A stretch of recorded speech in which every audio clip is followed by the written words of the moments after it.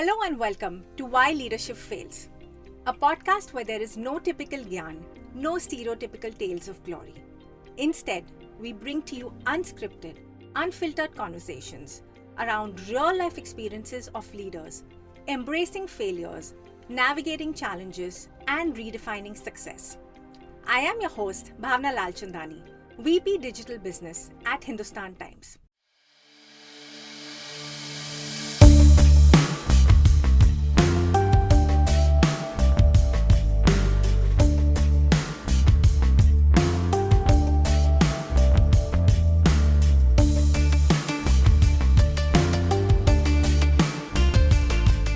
Get ready for a power-packed episode featuring a dynamic leader who's playing a key role in facilitating the trade and commerce in India.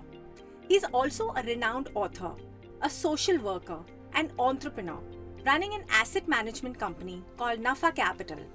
He's been recognized as a young global leader by the World Economic Forum and is currently the driving force of Indian Chamber of Commerce. Well, believe it or not, he's achieved all of this while in his 30s. So stay tuned as we learn from this young visionary leader, get first-hand insights into the future of business transformation. And if you're someone who's interested in Bharat ke asli dhande ki baat, this episode is just for you. Let's welcome Mr. Ameya Prabhu, President of Indian Chamber of Commerce. Hey Ameya, pleasure to have you here. Hi Bhavna, thank you for having me and thank you for the team at HT and Fever FM for having me today. So really appreciate that. So Ameya, before we get into your journey, right, can you tell our audience about the role of Indian Chamber of Commerce and how can today's new age businesses and startups leverage this organization for their business expansions and growth strategies? Sure. Thank you. So, the Indian Chamber of Commerce is the oldest chamber of commerce in India. We were founded in 1925. In Calcutta, which is Kolkata today. And if you go back 100 years, we'll enter our 100th year now, later this year. But if you go back 100 years, Calcutta was not just the business capital of India, what Mumbai is today, but it was actually the business capital of Asia. So people across Asia used to aspire to be Calcutta. And of course, a lot of them did over the years, Singapore, Tokyo. But 100 years ago, it was the business capital of Asia. And again, if you look at the world's largest cities in the world 100 years ago, Calcutta was actually number 6 or number 7, and New York was the largest. So that's why it was incorporated there. Over the years, the country grew, the economy grew, and of course we took up issues pertaining to the economy, pertaining to actually the Indian economy, even for they used to call it the native economy, as opposed to the British economy, pre-independence and post that. So it has been the premier chamber of commerce. Today we are the third largest, CII being the largest, but we are the largest in Eastern India. And our members, of course, are diverse. We have members from all industries. We have members from new age industries as well. And what I have done, I have taken over as the president a few months ago. And what I have done is actually drive both national and international growth. So I came in from Chennai earlier today, and we've opened an office now in Tamil Nadu. We already are expanding there. We've never had an office there earlier. We have a southern region chair in Bangalore. We've had an office in Hyderabad in Telangana, but now opening in all the states. I've already opened up in Jammu and Kashmir. I think J&K has, the Union Territory of J&K has a lot of potential. We see a lot of opportunity there post the abrogation of Article 370, and also the economic opportunities, the investment opportunities there. The business people there need a strong chamber of commerce. Of course, we are pretty strong in Delhi. We are strong in, of course, in the eastern states. Orissa, we're the largest. West Bengal, we're the largest. Assam.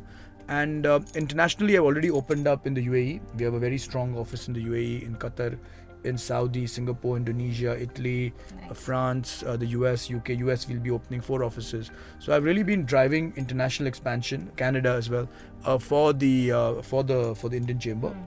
And what it really does, the way I explain to people, what does the Chamber of Commerce do, is it basically is a platform for businesses to take their grievances, problems and lobby with the government at one level, because for example a new policy is required.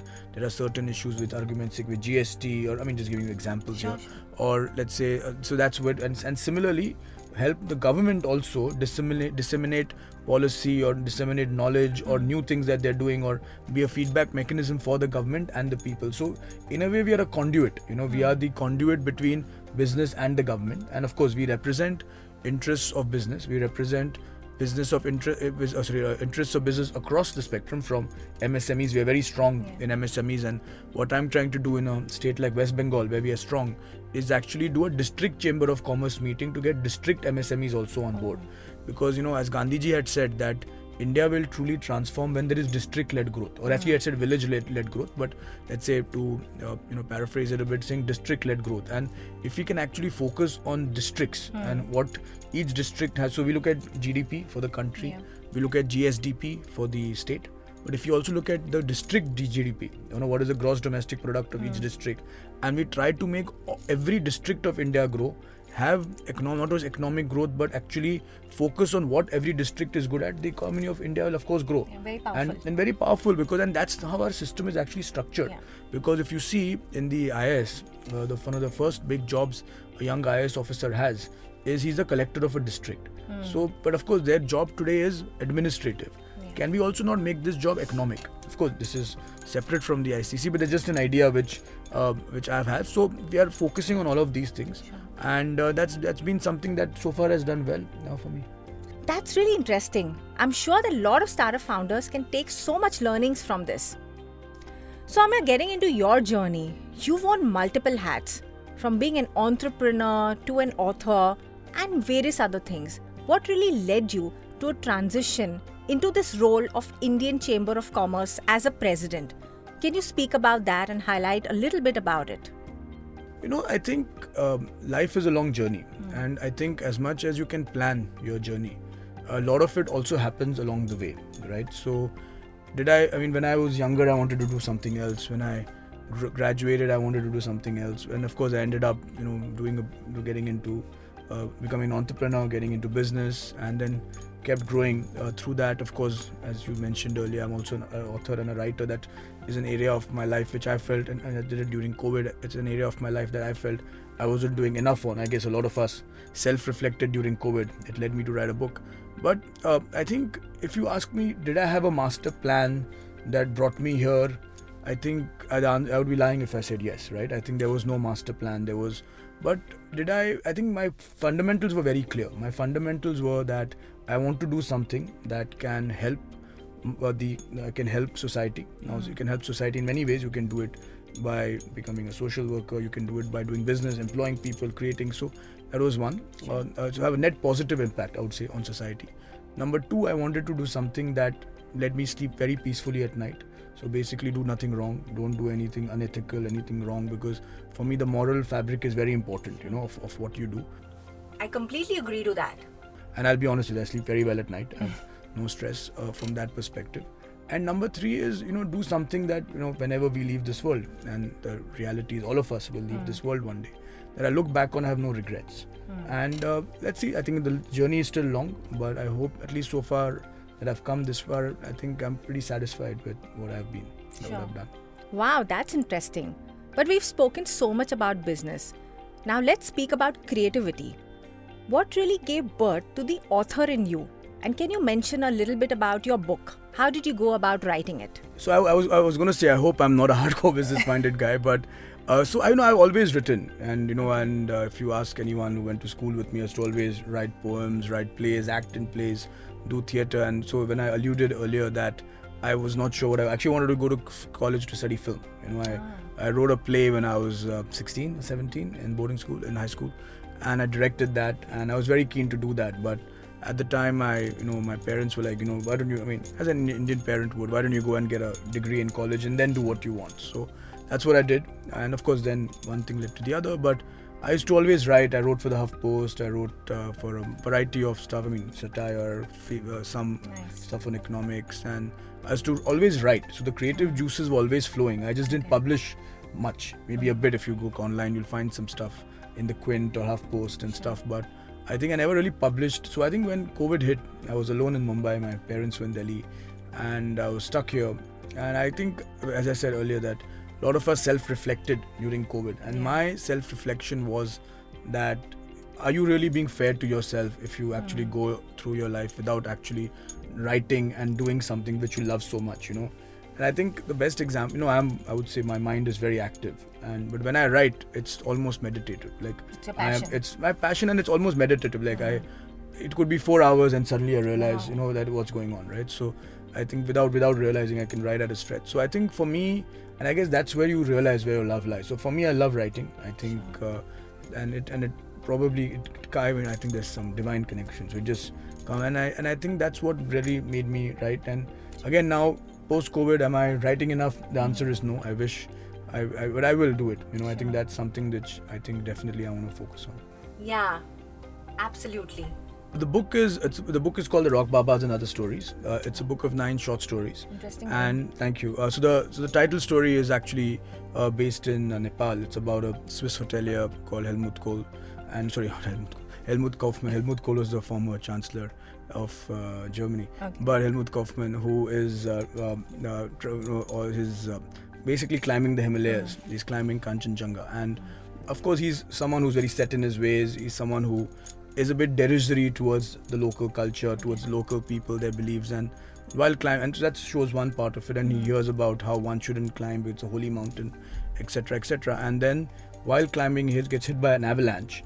Everything goes black, and then he wakes up in this monastery. And basically, the long story short, it's the monastery of the guys called the Rock Babas, who play rock music, and they connect with a superior plane, higher power, God, whatever you want to call it. And the rest of the book is about his journey with them, what transpires, and I won't spoil it for the audience, but it's his. So to answer your question, each story is about the transformation or a journey of an individual. Sure. And I think this was one. Another story which I like, called The Accidental Philanthropist. It's about a Japanese billionaire who's very much loved, who's very, very successful and who's very rich, but not very loved. He's estranged from his daughter, but he's very successful, and money's always been very important for him.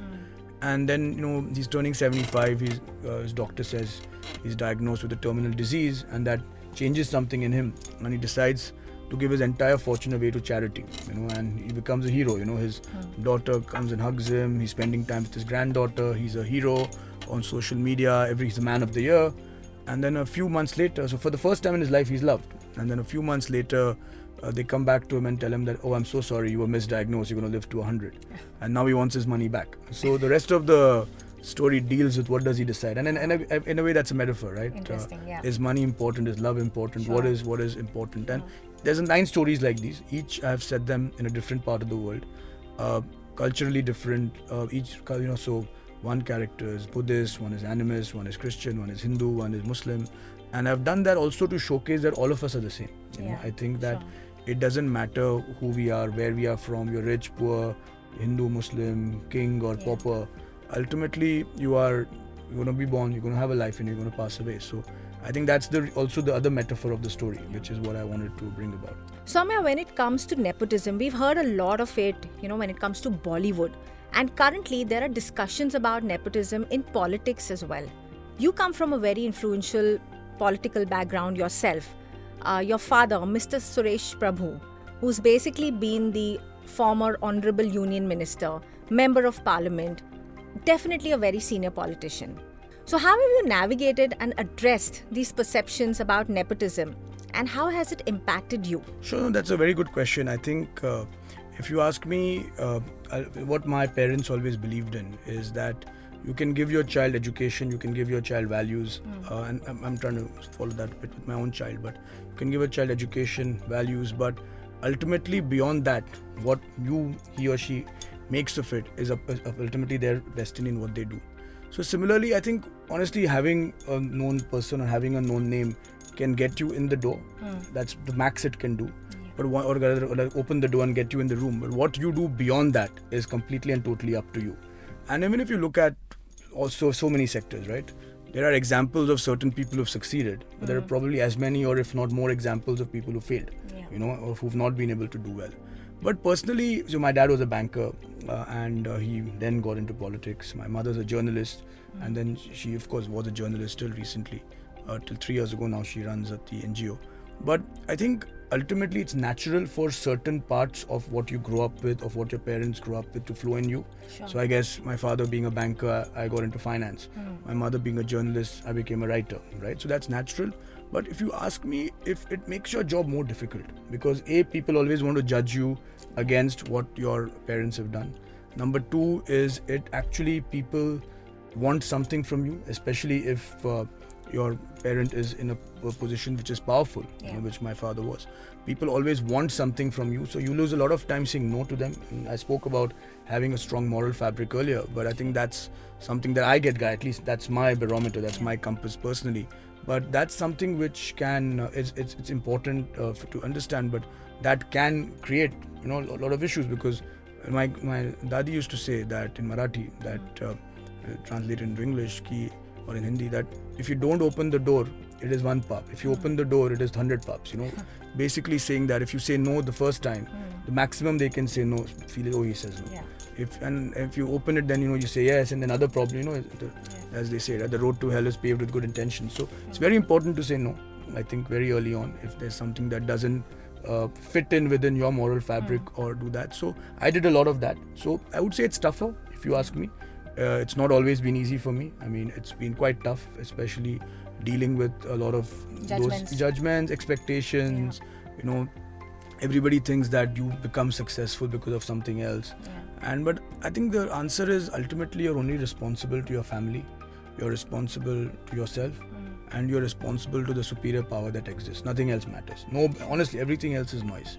And as long as you sleep well at night, because the thing is, what I meant by that is you should be at peace with yourself.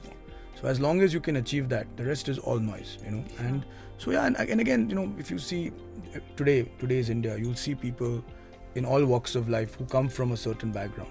But then today you see as many people, or maybe more people, who don't come from any background, who worked bloody hard to get where they have. If you just look at the test match we had recently, Yashasvi Jaiswal, he comes from nowhere. And look at today, he's one of the best. You have so many actors today. You have so many. Look at our Prime Minister himself.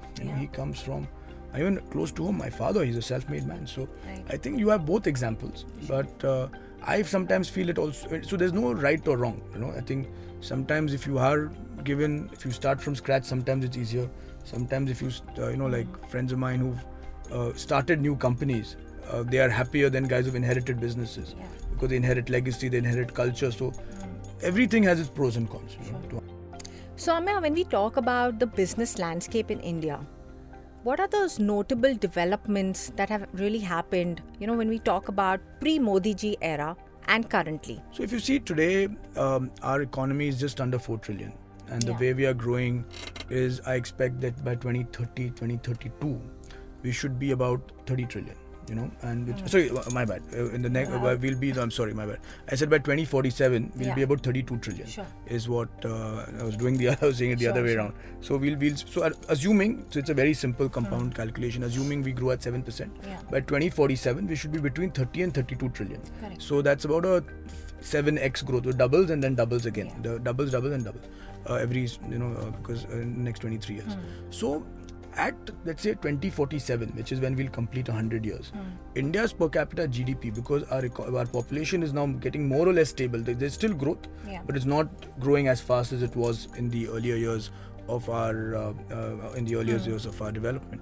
So we will be a higher middle income country at that point in time, right? Our GDP per capita on a nominal basis will be about $18,000 to $20,000. Our per capita on PPP will be much higher, which I can't project that at this current stage, because we don't have to see how the rest of the world does.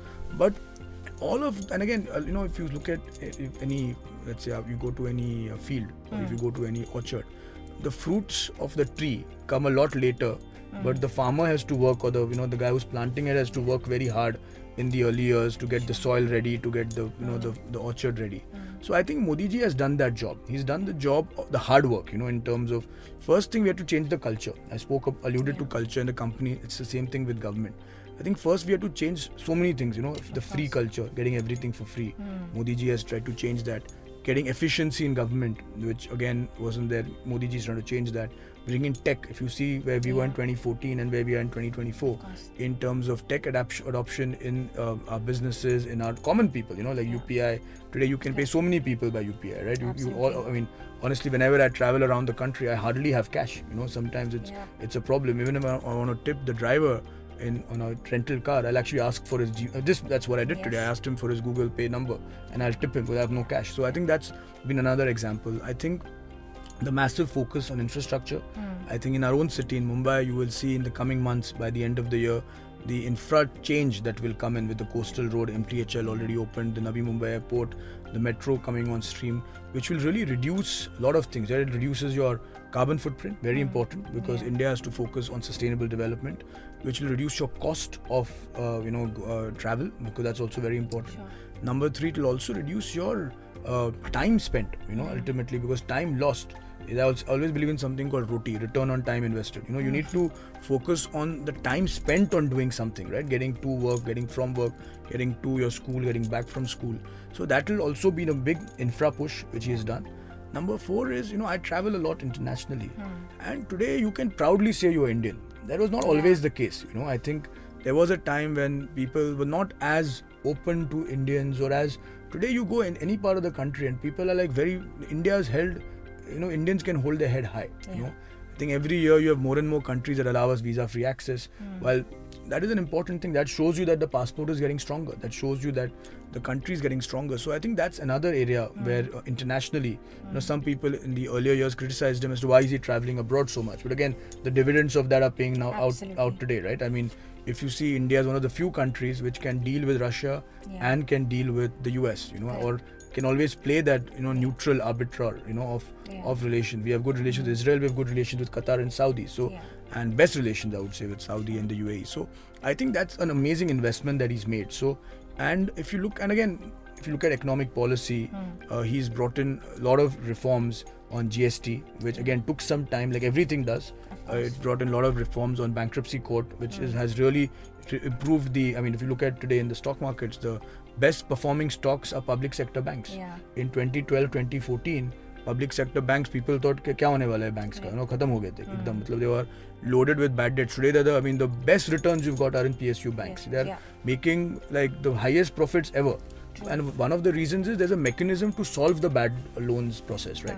And again, that is something which, and so I think he's done a lot. He's done a lot also in the social sector. I think banning triple talaq was very important, especially for Muslim women. I travel a lot in rural UP, and that really, they may not say it openly, but a lot of them are very happy with what has happened. So I think, and again, social sector pays dividends many years later. The new education policy which they brought in will pay dividends many years later. So I guess as a government, you need certain short-term goals, certain mid-term goals, certain long-term goals. And I think he's done very well on all of them, And that's why I'm a personal admirer of his. And I think he's done a great job for our country, for business. And I do for Bharat, exactly. And overall for Bharat. And again, I think that's also, bringing pride in saying Bharat. Like, for example, a lot of people don't know, but our constitution says India also known as Bharat. That is written in our, it's the first line of our constitution's preamble, right? Anybody can go online and see it, but still people want to make such a hue and cry about it. So I think there is no dichotomy of, they're both. I certainly resonate with what you just said. We've spoken, Ameya, about the past and the present. How about the future? What are the challenges and the opportunities primarily that you anticipate in the next decade when it comes to India's business opportunities and overall the trade and the commerce in India? One of our biggest challenges is climate change, and we're not talking enough about it. The Prime Minister understands it, and so today, how do you take a country? And I think the single biggest challenge we have, which is today maybe about a $2,700 per capita nominal GDP, to say a 10,000, which as per the projections, without actually destroying and damaging the environment. And the unfortunate problem with climate change is, while a lot of the pollution has been done by the industrialized Western economies, a lot of the problems are going to be faced by people in the tropical and the equatorial region. You're already seeing that, right? Unseasonal rains. You're seeing, very rains in December. You're seeing, very cool, hot February or hot December or Jan. And imagine the impact that has on a farmer. A farmer who's known for a certain way of cultivating, sowing. If temperatures go up, the soil gets destroyed, floods destroy the topsoil. So climate change for me is the single biggest challenge. And the biggest challenge we are going to face is how do we grow? And it's not a rich man's problem. It's actually unfortunately, it's the common man's problem, you know. It is the common person's problem. And I think that is something that we need to solve. And we need to go, and again, and how do we do that without compromising on, you know, we still have to bring hundreds of millions out of poverty. While we've done very well, you know, I think we still have to bring hundreds of millions out of poverty and, you know, bring them to the middle class. And while doing that, doing it with a low carbon footprint. Now that's the single biggest challenge that we face, if you ask me personally. I think now, number two, let's, for example, if you want to bring in technologies, they're expensive. India has a very high per capita, one of the highest population densities in the world. So our population density is about 480 people per square kilometer, which is one of the highest for large countries in the world. We're the 7th largest country. But if you now take out Kutch, you take out Ladakh, you take out the northeast, you take out, you know, parts, or let's say the desert in Thar Desert, which are the sparsely populated, and even say central, you know, the Chambal Valley and all of those areas which are again sparsely populated. Their population density skyrockets to more than 600 people per square kilometer, which is again a big challenge, because that's why real estate prices are so high, because of the fact that there is not enough land. There's a lot of people. With rapid urbanization, there'll be more people in lesser places. So it's going to be difficulty for us to get land for industrial projects, for highways, for roads, and also while at the same time feeding a growing population. How do we do that? So that's the other challenge we have. The third challenge we have is water. Again, we have almost 22% of the global population, but less than 2% of the fresh water of the world. So water is going to be a big challenge for India. How are we going to give water to our people, to our animals, to our cultivation? And of course, we all need water for everything, right? From even a solar panel needs water to wash the dust off it, right? So that's going to be another challenge which we're going to have. And I think fourthly, we're going to have a challenge of being in a very tough neighborhood. You know, I think that in the sense? Our neighbors, like Pakistan, has become very unstable. We are seeing what's happening. Actually, a stable Pakistan is in India's best interest, you know. China being this large economy next to us, and we don't have the best of relations with China as well. So I think that's going to be a political problem for India as well going forward, that we need to manage our relationships because, you know, you can wish away a lot of things, but neighbors are neighbors, you know, then they're going to be there as long as we exist. So I think that's something that we also need to address, you know. I think these are the challenges, but I think climate change for me is the biggest challenge. Agreed. Everything else stems from that. Now, if we do nothing, we just go on, you know, we will be 30 trillion by 2047. You know, I think that's a very clear pathway that we have. But how do we do that without, you know, destroying, you know, tomorrow if sea levels rise, maybe parts of Mumbai will be underwater. You know, and that's a big problem for us, right? It's the economic capital of the country. You know, you're already having a lot of issues with smog in Delhi. So, and which is causing health issues, which is, you know, so these are big challenges that we need to look at. See, I think India, the beauty of India is that there is opportunity everywhere. And, you know, I was with a CEO of a European company, a large company, who is again focusing heavily on India now. He was in Mumbai last week and I met him. And he said that, you know, in 2021, my revenue was 1.3 billion. In 2022, my revenue was 900 million. This year, my revenue is 700 million. So every year they're degrowing. And you know, and I'm looking at cost cutting. I want to now come to India because I get fantastic engineers at a much lower cost. You know, I get amazing efficiency. It is so much easier to manufacture here than in Europe. Market is big. We've not really focused on the Indian market, but so in all of this, by the way, the Indian market has grown. So today, maybe it was 60-70 million when it was 1.2, but when it's 700, it is 100 million. So actually, it's become the contribution has gone up and it's becoming a more and more significant part of their market. So I think one opportunity India, and so that's sometimes we don't realize that there is not growth everywhere in the world. India has growth. We never think of growth, right? Because we always like पिछले साल इतना बना, इस साल इतना बना, तो और वो उतना is always higher than the previous year. The rest of the world has that. They have to think of where will growth come from. So I think we have natural growth in the country because people are growing, people are consuming, people are getting wealthier. So that is something which is there. So that's one.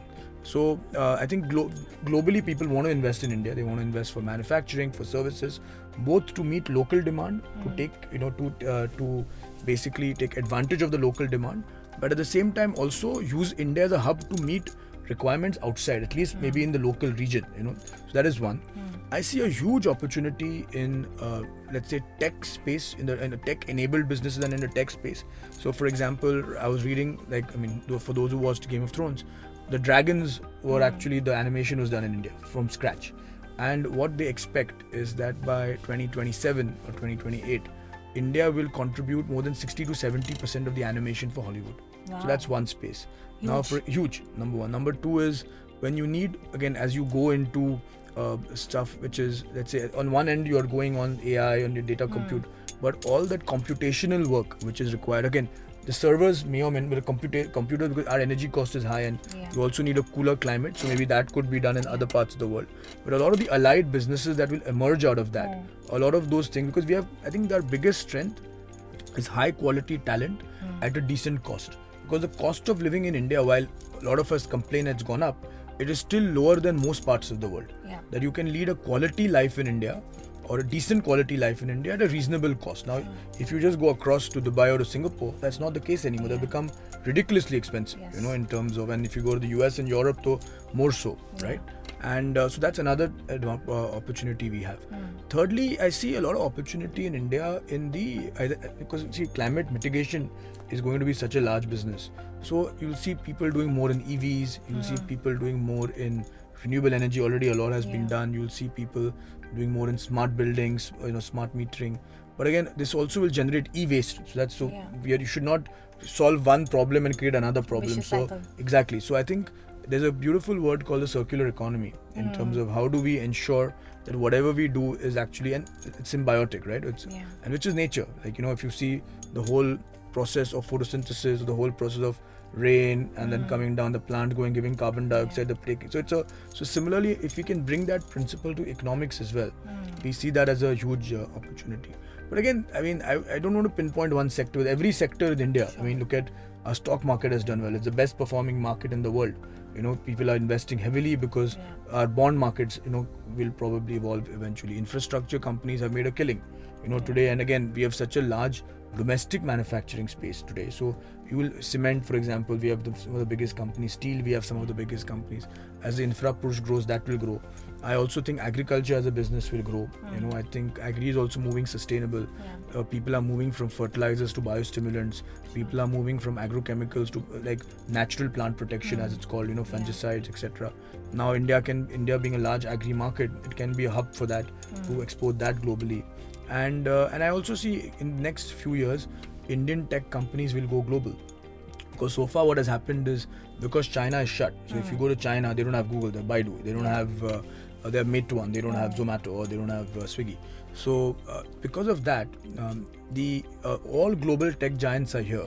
Because the single biggest market that is open to them. No other market is open to them, right? Facebook is here, Google is here, name the company. And adoption rate is... Yeah, it's humongous, right? As in, if you see the people and again, a lot of the CEOs are also Indian, so they also have that cultural connection. Exactly. So I think from that perspective, so far it's been foreign tech companies here, but I think in the next 10 years you'll see Indian tech companies also grow global. And I think that's one area where we also as Indians have to focus on, is how do we create IP that can be truly taken globally, right? Because so far we've not done the high-end work. We've always done the services part, we've done the part. So that IP creation, that's where the margin is, right? And so when we get into IP creation, when we start exporting our IP to the world, even if you see our pharma companies, they've mostly done generics. Now they're getting into some patented products. So patent is where the margin is. And I think that's where we have to focus on, as a country. Ameya, you've had a pretty incredible journey until now. You've seen the trade and commerce of India, since a decade almost. But is there a certain setback or a failure moment that you can speak to us about? And how did you really overcome it? So I think, firstly, I think the journey is just beginning. I think long way to go. And I think the minute we start saying that, we've done so much, that's the end, right? So I think one must stay humble. One must always stay simple, stay humble. And I think that's when you can, keep growing or keep doing what is good. But in terms of setbacks, actually, honestly, I think what defined me was a setback. So when I came back to India when I was 23 from undergrad and grad school. I had my first business actually. I tried to set up a renewable energy company. It was called Greenergy, and we had good investors. We were a bit early, 2009. I think we were a bit early in the space. The space picked up later, and but put a good team together. We had investors. Everything was going well. And in about 2011, my investors pulled out for a variety of reasons. If you remember, in 2011 there was a mini crisis in India. The 2G scam had hit, and suddenly the business environment was very negative. So nobody wanted to do anything new, and especially not in a sunrise sector like renewable energy, right? And of course we were not fully funded. We were bootstrapped as a company. So at the age of 25, literally a few months after my 25th birthday, I had to fire everybody, shut down the company, and because again the investors pulled out, and of course it was very tough. I think it was extremely tough, and then I started off doing advisory, in renewables. That was and then I kept growing from that. But from the learnings that you the learnings, I knew this, but I still am. I would say I have a good grip on the renewable space, but started doing that because that's the only thing I could do, right? From setting on, but again, from having people coming to meet me, vendors coming to meet me, bankers coming to meet me and trying to get business from me. Suddenly I had to run after people to get business, wait for hours outside someone's office, hoping they'll meet me and give me business. And phenomenal experience. Honestly, I think I learned more from that failure, and I speak very proudly of it because it was tough. It was very tough, and it's not easy having to let people go. It was very difficult for me because they all had families, they all had jobs. I was single, so for me it didn't matter. But I think from a family perspective, but they had, I think I had my parents I could rely on, but a lot of them were supporting families. So I think that is something which was very tough for me, but it taught me a lot. It taught me a lot as a business person, how to build a business. So Today I'm the biggest person keeping costs low, keeping costs managed, having cash flow. So even when this whole startup boom happened, when people were building crazy loss-making businesses and a lot of the chickens are coming home to roost now, I think that's something I never did. Never went behind that because I had that experience when I was younger. Taught me a lot how to deal with people. Taught me a lot as a human being. I think, and so I always tell people, people ask me that should I be an entrepreneur, should I not be an entrepreneur? So I said, I can't tell you if you'll succeed or fail, as an entrepreneur. But you always succeed as a human being because what you learn from it, what you take out of it, your business can work, your business may not work. Who knows? That is a bit of hard work, your idea, and also destiny. And ultimately, life is a mix of both. Sure. But as a human being, as a person, you will always learn something out of it. So actually, even when I hire, if someone comes and tells me if they built a business that didn't work so well, and I actually like to hire those people because they learn a lot, from those experiences. And failure teaches you immense amounts of humility. So it was very, very tough for me, I must say. It was not that long ago, like 12 years ago, but I think whatever I've done, whatever I do, and I think that really defines me. And for even in COVID, I didn't fire a single person. I think one of the reasons we reduced salaries for a while, but immediately after the lockdown was open, we went back to normal, and we've always grown. And I'm very proud that a lot of the people who worked for us, still work for us, have always been in touch with us because I think that's the work environment also I try to create. Is you also have to have empathy. I think that's something which is very important. Right. People think of business as this cold-blooded, cold-hearted, ruthless thing. I think that's the wrong approach. I think it succeeds for some. Maybe who am I to say right and wrong? But it doesn't work for me. For me, empathy is very important when you deal with people because ultimately you're dealing with people. Well, Ameya, this has been a very insightful conversation, and with this, we move to our next segment called Janta Unfiltered, where we get inquiries from our audience, and I'm going to read one question that we've got from someone for you. The question is from Vedha, and it reads, in the current role as President of the Chamber of Commerce, how do you stay updated on the global trends while interacting with top delegates worldwide across various chambers of commerce? I think, today it's very easy to stay updated, if you ask me. I like to read, so I'll probably be reading the news in the morning when I wake up. I read news magazines most of the day when I'm flying, in the evening. Even on my drive here, I was reading The Economist. So I think today all the news comes in your inbox, right? I think there was a time when you had to actively go and seek out information. Today you can pull a lot of information towards you. And I'm genuinely interested. I always have been on world affairs, world politics, economy. Curious as well. I'm curious. I'm curious to the core. Someone said, "Oh, go look at your nadi," which is this leaf reading. So I said, "Oh, I want to go and see it." So I did it once in Chennai. So I'm very curious. So I like to read, and I think that's where. And again, I went to an international school. I just studied abroad, and even now I travel a lot for work. So that also, and I think one of the best ways to learn also today is interacting with people. The reason I say that is there was a time when the media was very, very honest. Today I feel a lot of media, unfortunately, has become biased. Now, even in the US, I'll always read a CNN and a Fox News, because both sides will have a certain view, and the truth is somewhere depends on which situation, right? So when I would travel to the US, I'll actually sit with people, understand what do you think, why do you like Trump, or why do you like Biden? I think these are important questions to ask, because the media gives you information, but you should also have the analytical mind to be able to process that information. Get news from 2 or 3 sources, right? Maybe read an Al Jazeera and also read a BBC, So I think that's very important for you to do. And again, ultimately, when you meet people, interact with people, always understand that if people have biases, even the media houses have biases, because media houses are ultimately people, right? So I think it's very important to understand those biases, understand where they come from, and of course that's more on opinions. But again, even economic data. Now, if you are getting economic data out of China, is it fully reliable? Who knows? Ultimately, that's one of the things which you don't really know. Like if you get data from the US, you can rely on that completely, because it's very impartially and fairly done. Whereas in certain countries, you don't know. I think on one level, you need to be able to get the information. So my father once said something very interesting to me when I was younger, which I didn't fully understand then. He said the world is moving from an information economy to a knowledge economy. So and he said because information is going to be a commodity, which is true. Today information is a commodity. You go type something on ChatGPT, they can do everything for you. I would say ChatGPT is my biggest competitor when I write poems today. Because but the ability to process that knowledge, to understand, to derive, to take that information out of that knowledge, that's where the USP lies today. So I think again to be able, and again that only comes through experience. That comes from years of experience, and also understanding that certain stuff is actually wrong. Like certain data you get may not be true, certain information you get may not be correct. So I think that's with a pinch of salt. And I think a healthy dose of being skeptical is good for you. Thank you so much, Ameya, for answering that query. Thank you, Veda, for sending in that question. I hope we've been able to address your question well. Well, Ameya, until now it has been fun, but it's time to spice up our conversation a bit. And with this, we move to our next segment called the 60-second spin. Well, this segment is all about being quick, being witty, and you need to answer these questions in one word, one statement. Let's see how many you can answer within 60 seconds. So are you ready to come along for a spin with me? Sure. Let's begin. Favorite childhood memory? My nani's fish curry. Your last search on Google? I think was on Navalny. A day in the life of President of Indian Chamber of Commerce? A lot of meetings. How many countries have you traveled? Actually, I know the 83. 83 unique countries.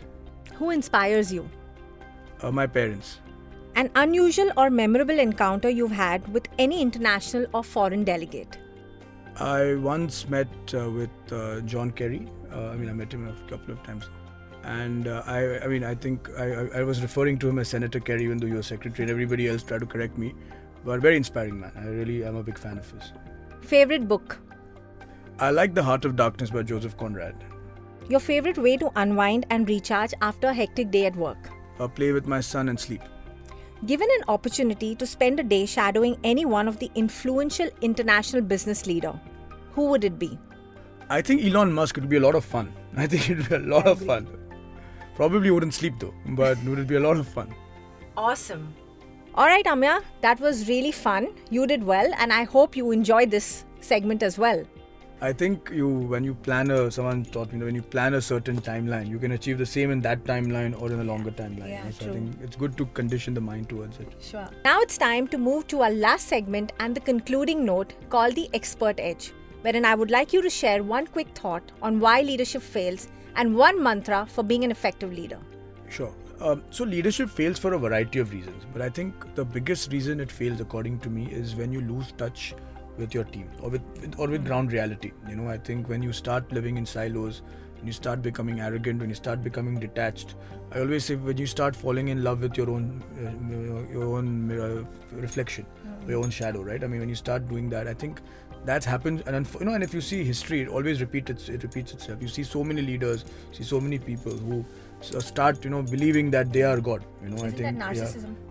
Narcissism to a certain level of narcissism, but I think the difference is if you're narcissistic on your own, it's fine. But if you have people relying on you, leading a team, I think that's one of the biggest reason leadership fails. Because it is, I mean, for me, that is the main reason. I think that stay humble, stay close to your ground, talk to people, understand from them, sit with your people, sit with your team. Always have, be skeptical about what is happening, be careful, know that things can go wrong, see what's happening in the market. The minute you start thinking you're always right, I mean, look at Nokia. They thought they're the best phone in the world, and so many people came from behind. The digital camera was invented by Kodak, but they thought that this is all arrogance. This is all, we are the biggest. We have, but someone said to me, a Marwadi businessman said to me very beautifully कि जब आज आप race भागते हो तो आपके आगे कौन भाग रहा है उसको मत देखो, अभी जो रेस शुरू कर रहा है ना पीछे उसको देखना चाहिए, क्योंकि आज वो आपको हराएगा, आगे वाला को कुछ फर्क नहीं पड़ता. And this is that earthy wisdom from तो क्या मतलब, I have never forgotten what he said. I hope he watches this, will remember that I said that, but I will never forget. But again, I think, but that said, I think that's why it fails. But at the same time, I think I also believe a lot in destiny. Ultimately, if you are, I mean, you have to from a very young age, imbibe that humility within you, and that otherwise, ultimately, even if in the beginning you think, okay, I can be slightly arrogant. There's nothing like slight arrogance. It keeps multiplying, it keeps compounding till one day it becomes this, gargantuan problem. Yeah, sure. And one mantra for being an effective leader. And one again, I think I alluded to a bit of that is stay humble, listen to your team, look around you as to what's happening. पीछे जो भाग रहा है उसको देखो, कौन शुरू कर रहा है उसको देखो, but again, and at the same time, I think in Hinduism we have a great concept called Lakshman Rekha. I look at it metaphorically. I think draw a line about what beyond which you will not go. For me, that, as I said, is ethics. It's not doing something wrong. It's wanting to have quality time to spend with my family, and that nothing is worth doing something unethical. That's mine. So I think to be an effective company, effective leader, if you can define your Lakshman Rekha, if you can define those things which you don't want to cross, and that also would mean that maybe beyond a certain age, which I would aspire to do, is at some point in time, maybe I just want to write more. I want to maybe not be as busy as I am today in work, in business, or maybe I want to spend more time. We have a phenomenal NGO that my mother runs called Madhav Sadhan Vikas Sanstha. She's a chairperson, I'm a trustee, does amazing work in skill training and skill development in the Konkan and also Navi Mumbai region of Maharashtra. A lot of work for women, and I would love to do more, with my mom to do that, because that's extremely fulfilling in terms of what that does. So very important to draw those limits as well, and because success can be many things, right? Like I would say my Nani was a very successful woman. I mean, some people might say, oh, she was a housewife and wrote poems, but she raised 5 amazing kids. She made amazing food. She was a good human being. The entire village, when we come from Goa, so when she passed, the temple and the church bells were both tolling for her because of the respect for her. And everybody, even today, people talk about her, and I think that's success. Phenomenal. That is humongous success. That's probably, money can't buy you that sort of respect and love. So define your own success. Thank you, Ameya, for your precious time. I think this conversation was certainly inspiring and meaningful. I hope you enjoyed this conversation as well. And thank you, Bhavna. Thank you, everyone. And also thank you to everyone, to Joel and Veda for doing everything. Thank you so much. Thank you to the audience for staying with us. Hope you found this conversation as inspiring and enlightening as we did. Do like, share it with your network, and drop a comment with one change that you would like to see in the business and trade landscape of India. We'll be happy to share your feedback with Ameya. Stay tuned for more such inspiring, engaging, and quirky episodes. Until then, all you leaders out there, keep slaying, keep inspiring, and continue leading the way. This is me, Bhavna Lalchandani, signing off.